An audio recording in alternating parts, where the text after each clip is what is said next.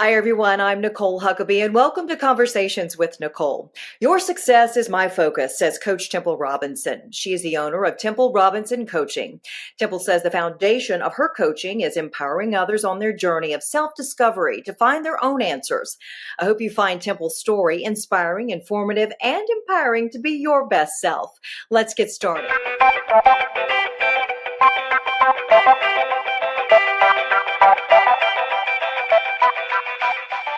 Everyone, welcome to Conversations with Nicole. I am delighted to have as my guest today Coach Temple Robinson, the owner of Temple Robinson Coaching. It's good to see you again. We met not too long ago at a women's event, and I'm so glad to have you on my show. Yes, you spoke at the event, and I still remember your speech and how inspirational it was. And I said to myself, I have got to meet her. So I'm so glad we were able to connect again. Absolutely. I feel the same way about you after we spoke after that event. And I thought, wow, she's special. She does have a personal story to share. So we're going to get to your coaching in just a moment, but your background and your personal story really led you to where you are today and leading others to be empowered, to find their best self. So tell folks a little bit about yourself. Well, I am originally a native of Durham, North Carolina. And so I graduated from high school there and went off to college at North Carolina A&T in Greensboro, North Carolina. And my very first real job or career was as a teacher. And so I taught middle school students computers. And as a teacher, I found that as much support that we need inside the classroom, we need as much support outside of the classroom. And so when I had that epiphany, I learned that there was an actual career where people actually represent educators and classified staff and basically everyone that works for the school district. And so I went and pursued that career. And I did that in Washington State for over 10 years and really enjoyed it. I got a lot of joy out of that job because how wonderful is it when you are excited about going to work because you know that you are there to make a difference. Your impact is felt and people are really welcoming of the contributions that you bring into the workplace. And It's so like that a was passion and a purpose together. yes. And so that was my main motivation, my purpose for doing the work. And so in that position, we ended up getting one new manager and the organization structure is rather flat. So depending on where you were, there were only two managers above you. In my situation, there happened to be three. And the outcome of it was this particular manager, he had some issues with people with race. And so, unfortunately, he created an uncomfortable working environment for everyone that had any kind of brown in their skin. So, I had coworkers that were Samoan, I had coworkers that were Asian, I'm African American myself. All of us went through some kind of uncomfortable situation with him that lasted for a while. Yeah. And I'm in my that happened to you. That's so wrong in every way. Thank you. I really appreciate that. Yeah. It was honestly, Nicole, it was very surprising because I honestly thought I am educated enough. I know the right people. I contribute everywhere I go. So I wouldn't go through racial discrimination anywhere, especially not at work, because I'm good at what I do. There were no issues with my performance. If anything, I actually ended up getting more work because of my performance. Yeah. And so that was very baffling. And I want to be very clear. I went through everything else. Like, do we just not get along personality wise? Is there a communication issue? What really is it? And then when I really sat back and I said, wait a minute, I've had well over 20 meetings with management and they are making promises that they're not keeping, but I'm keeping my end of the deal. And after going through that for over 5 years, I really had to look at myself and say, okay, what is it? And it was highly uncomfortable to realize that race was at the bottom of it. So hurtful. So hurtful. It is because I can't control my race and I cannot control my gender. Well, It's the I same. don't think I can. That'd Yeah. be like saying someone doesn't like women. Hello, right? It's the same thing. Right. And so after coming to that reality, I said, okay, well, what am I going to do? I fought it for 5 years. The stress involved, not sleeping well, seeing a counselor, all kind of medication. I was on a cocktail Mm. because my whole being was just out of sync. And so it was a very, very, just talking about it brings, it was very, very hard for me to make that decision because I honestly thought I was going to retire from this work because I loved it so much. And so in the end, I said, okay, if this is what they want to do, then we'll go ahead and sit down and have a conversation about what a separation agreement will look like. And so I had to go out and hire my own attorney to represent me against an organization that to this day I still have a lot of respect for because I truly believe in the purpose of what they're doing. So at the same time, I also learned that I was pregnant and I knew that I was going to be a single mother 400%. And so I said, okay, what do I do? So I was actively looking for where am I going to go? I know I'm talented. I don't know what career I want to go into because I was doing what I loved. But what do I do? And my mom said, well, why don't you come on to Florence? And I'm like, no. And for our listeners and viewers, that would be Florence, South Carolina. So, yes. Thank you. I mean, I'm from Durham, lived in Greensboro. I mean, those are larger, towns. I would say mid-sized towns.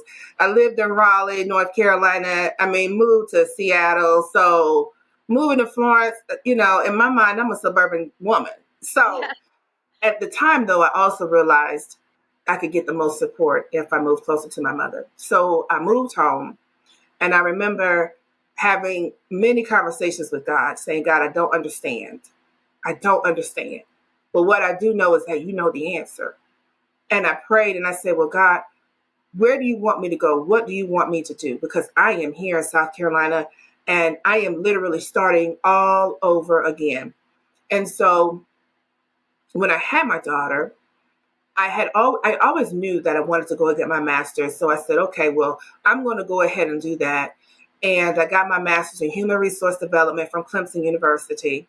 And at that time, I was thinking about becoming a coach, but I was kind of on the fence about it. Well, little did I know, as things would line up as he would have it, one of my professors was a coach. And so I had a conversation with her about it. And from that one conversation, I was inspired. I'm like, oh, this is what I'm going to do. And why? Right? Why? Because Wow. I Why? honestly believe Why? Yeah.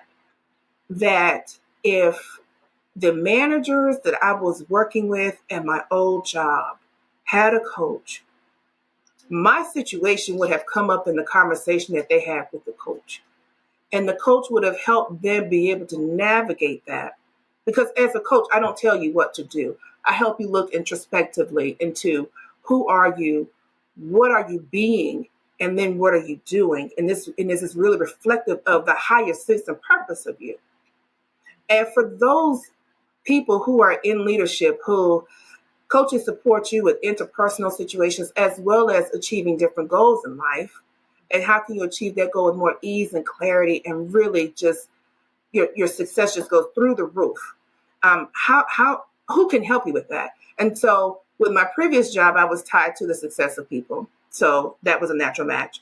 And then also, how can I be a part of the solution so that if someone is having an interpersonal situation at work, what can be one of the solutions with that? Not that anybody's wrong, but how can we get to a place where we can make it right for everyone if they had a coach? So that's really what drove me into becoming a coach. It's awesome. Your story was really hard at one time, but I believe, and I feel like you might feel the same way. As hard as that was for you, your experience, your resilience, your perseverance, your ability to be able to move past that gives you such a valuable tool and information that you're able to share with your clients today, because you survived it. You didn't let that situation defeat you. As difficult as it was, it made you more relatable, stronger, gave you more experience to be able to be the coach that you are today. Would you agree with that? Absolutely. Absolutely. I always felt like God gives you these situations that you're in. Well, maybe He doesn't give them to us, they're just dealt with us, as that's just, we're living on earth. When we go through these experiences that we don't ask for, don't want to be a part of, God says, I'll help you get through it. And when you get through to the other side, you'll be able to help someone else, because we do live on earth where bad things happen. Mhm. And I have felt through my life experiences, things that I've been through: divorce, changing your life, making new decisions.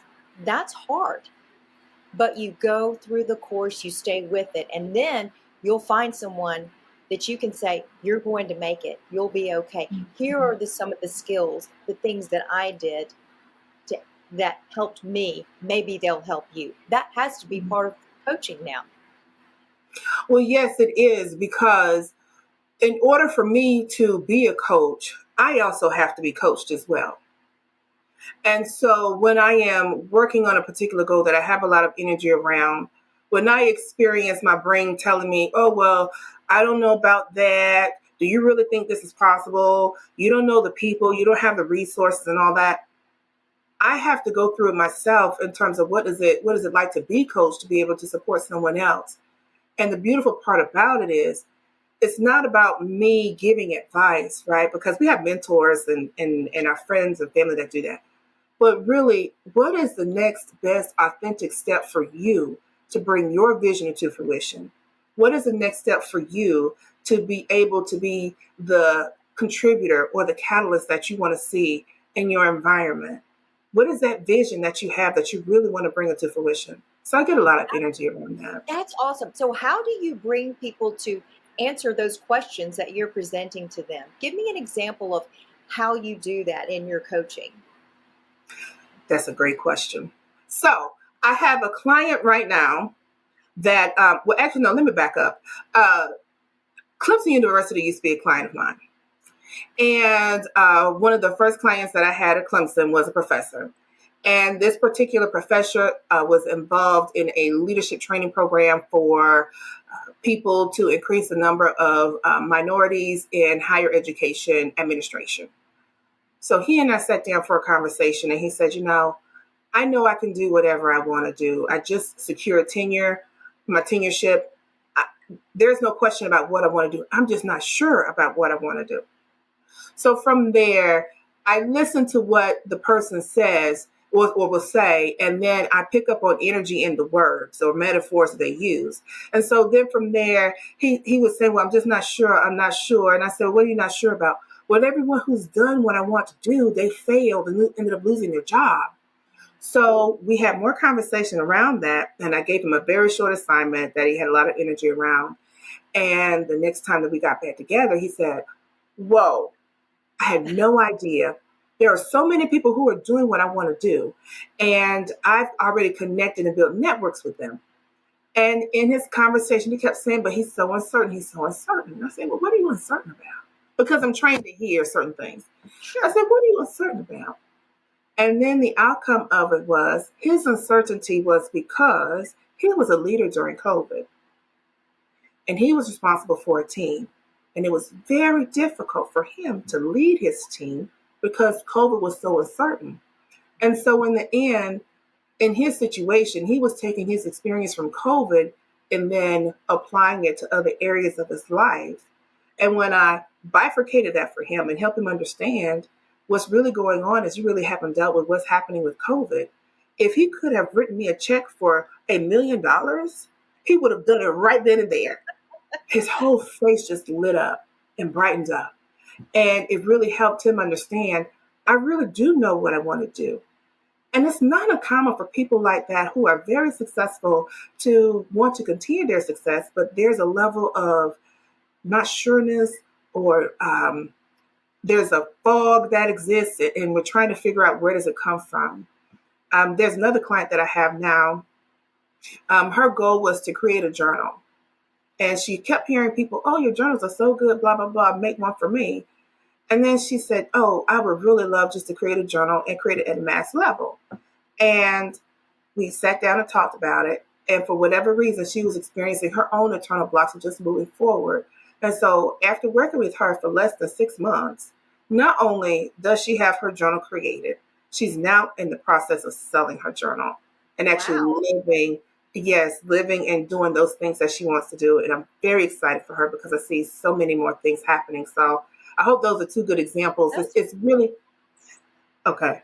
Yeah, no, those are great examples. I'm just like really enjoying listening to this. As you were talking, I was thinking, when someone is a coach, do I necessarily have to be putting that coaching into a job, or can it just be to in life in general? Because when you talk about the person writing a journal, that doesn't necessarily sound like job related, even though it's turning into maybe something financially good for her. Talk me a little bit more about the client. Does the client have to be someone in a job looking to do something in their career, or can they be looking to do something elsewhere in their life? I mean, what does that look like? Well, it can be both. Yeah. So with the professor, it was around him and where does he really want to move with his career. With the young lady with the journal, she's an entrepreneur. So it was really about what is that idea that I'm really going to hold on to, because many people are like serial entrepreneurs, but they're not sure which one do I really want to take and go with. So with her, it was that. And I have had other clients where I've had older women as clients, and they're really trying to figure out who am I at this moment? Because I am transitioning from working to being at home. And now I'm not really sure what my life is supposed to look like. So ultimately, coaching touches every area of your life, because there is a belief that we have that life is a hologram. So once you get a breakthrough in one area of your life, the likelihood of that extending to other areas is extremely high when you're having other breakthroughs. My ideal client is someone who is in the workforce, who's a professional, a mid or senior level executive that is really looking to up their leadership game, because most executives, after a while, it's not about what content do you know. It is about how well are you able to move and motivate people and be the leader that they need you to be in the moment. So how do you actually become that? And that's really through a lot of introspection and a lot of looking on the inside. So does a client meet with you like on a weekly basis, on a monthly basis? Do you have certain tests that you have them do? Give me a little bit more details on how it actually works. I No mean, tests over here. the stories were great because they were kind of a synopsis of Mhm. talking to them and a couple of things that you have, but just a little bit more detail of actually the weekly, monthly, day to day, or interaction with the client. So with me, I don't do any assessments. And the reason why is because now there are coaches who do assessments, and there's nothing wrong with that. In Sure. my particular space, I don't do the assessment because the assessment is already going to tell you information that you usually probably already know about yourself. That is not what's stopping you from becoming the ideal person that you want to be. So what I usually do is I have a discovery session with the client where we meet for about an hour and we talk about, what if you had a magic wand, what would you want to accomplish within 6 months? And we'll have a conversation about that. And then I'll share with them, okay, this is what I'm hearing. These are the tools that I can share with you that will really support you in getting where you want to go. And then after that, we meet once every 2 weeks for an hour. And so we initially create a plan where we can discuss what if creating a plan, what is it that you really want to do? And the intent is not to be like, oh my God, I have a plan, I gotta hold on to it. It's Right. really more about it's really more about benchmarks. What are Right. the benchmarks that we want to have along the way? And so we will meet, discuss how things are going. What do you want as the outcome or the result of this session? I will always ask that question first, because coaching is about right? And that's one of the differences between coaching and counseling. Counselors are excellent. Therapy is excellent. Therapy deals with your past emotions and things of that nature. Coaching is about what are you doing now and how are you creating the life and being who you want to be now and in the future. What are you Love actually doing? I love that. I'm just going to take a wild guess. Do most people just have the fear of taking the next step? The fear of, Mhm. I don't know if I have the courage to do that. I don't have the courage to try something new. I don't have the courage. Does that play into it because I'm getting out of my comfort zone? Maybe I'm doing something differently. Is that often a part of it? And how do you coach them through that? That is a very good question. My initial response is that people have the courage because it's an idea that you've actually pronounced. That's good. So, what really is going on is identifying who you are when you are literally going outside of your comfort zone. Who are you? What is your purpose around this? What is it about this that gives you energy? What is the contribution you want to be known for? And when we're in a space where we are doing something that is new to us, that we have a lot of energy around, but it's also uncomfortable because we've never done it before, to be quite frank, you're exactly where you're supposed to be. That's probably true. Yes, I never thought about that. That means you're moving forward. That means you're getting Right. there. That means you're actually on the verge of doing it. Yes. And so, how can you do that with more clarity, focus, ease, and grace? So that when you have those moments that happen, there's actually a term for that called monkey mind, which is a Buddhist term of when your mind swings from doubt to worry, doubt to worry. So, people, if there's ever anyone who says, well, I just think about it and I just do it, that is a very simplistic way of really talking about how the brain actually operates in the experiences that people have when they're going outside their comfort zone. So I genuinely believe that people have the courage. They just need a little bit of support, or they don't even need it. They could benefit. They could benefit from a little bit of support that when they're in that space, they are reassured of who they are. So I do activities with them so that they define themselves, because it is through that introspection and through tying who you are to your purpose that really, really gives people the juice to move forward. Gosh, this is just great stuff. We could probably talk for days. It's amazing how someone on the outside can come in and really help you be your best self. Sometimes we are our worst crit. We are our worst critic. We hold us back because we just don't think we can. But sometimes it just takes talking to the professional, you, the coach, to show us, yes, you can do that. You're just not letting go of this, or you're just not moving forward with this, or you just don't have a plan. It's just almost like someone holding your hand, you know, as you're walking through some difficult paths and just figuring it out. I love that. I love that. How can people find you if they want to tap into what you've got there um, with your program? For people who are interested, you can reach me at www.templerobinson.com, and that is spelled Temple Light Church, Robinson like Robinson Crusoe. I love that. That's perfect. We could continue to talk and probably solve a lot of people's problems and help them keep moving forward. But as we close, give me some final thoughts on what people need to know if they're in a situation right now where they want to make the change or do something different, or the things that a couple of nuggets of how to become my best self, and where to reach out if they're not able to reach you, the advice right now that may help them to start moving forward in that direction. The first thing that I will say to you is, first of all, congratulations to you for choosing to be bold, courageous, and beautiful all at the same time. The second thing that I will say is journal. It is surprising how wonderful journaling can be to help you get a level of clarity. The next thing that I will say is have conversations with people that you feel you could be vulnerable with. And it's not uncommon for people to say, I don't want to talk about this to anyone, and that is completely okay. Talking about it, you're not necessarily seeking their advice as much as it is you talking about it to get even more clarity on what it is that you see for yourself. And then from there, if you really, really are interested in investing in yourself to really take yourself to the next level, then reach out to a coach. I'm a transformational coach. So there are tools that I share with you that I also do myself to maintain my own transformation and to continue to transform. And so reach out to a coach because we are more than willing to support you on your journey. You are the driver. We are the passenger. The driver and the passenger has two different viewpoints. And That's good. so, That's so good. yeah. Keep going. Yeah, I just want to say that's so good.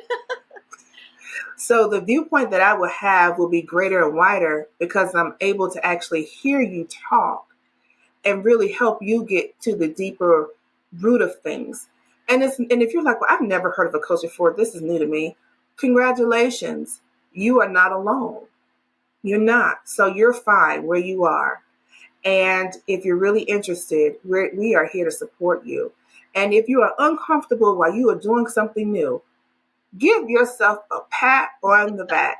You are doing exactly what you're supposed to do.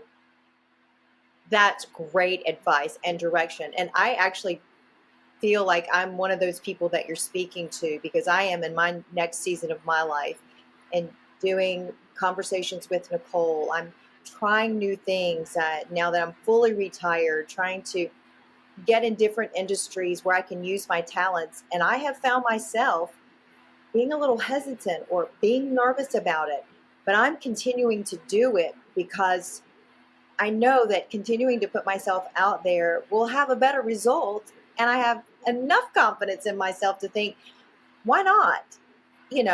So good stuff, Temple. Good stuff. Well, I'm just so thankful for people like you that are out there and are really helping all of us reach our full potential and be our best self and be transformative because all of us are in different seasons of our life. It could be the single mom moving into the workplace or someone who's worked all their life and now they're retiring. What's next? There's always a transformation. There's always a next phase. And there's always someone like you that's needed to help us navigate through that in life. Thank you so much. You're welcome. And for you, Nicole, Yeah. as you continue to move forward to discovering your niche, when you find it and when you experience it, you will know that it's yours. So continue to explore. The world is your oyster. I love that. Thank you so much. You're so wonderful. So templerobinson.com. Yeah. Perfect. Everyone knows where to find you now. I want them to find you because I want them all to be their best self. You got to help us all, Temple. Yes. Oh, goodness. Listen, thank you so much for being my guest today. This has been truly transformative, which is wonderful. You're amazing. Thank you so much. Thank you. Yes, and that will do it for this edition of Conversations with Nicole. Until I see you again, I hope you have a great day.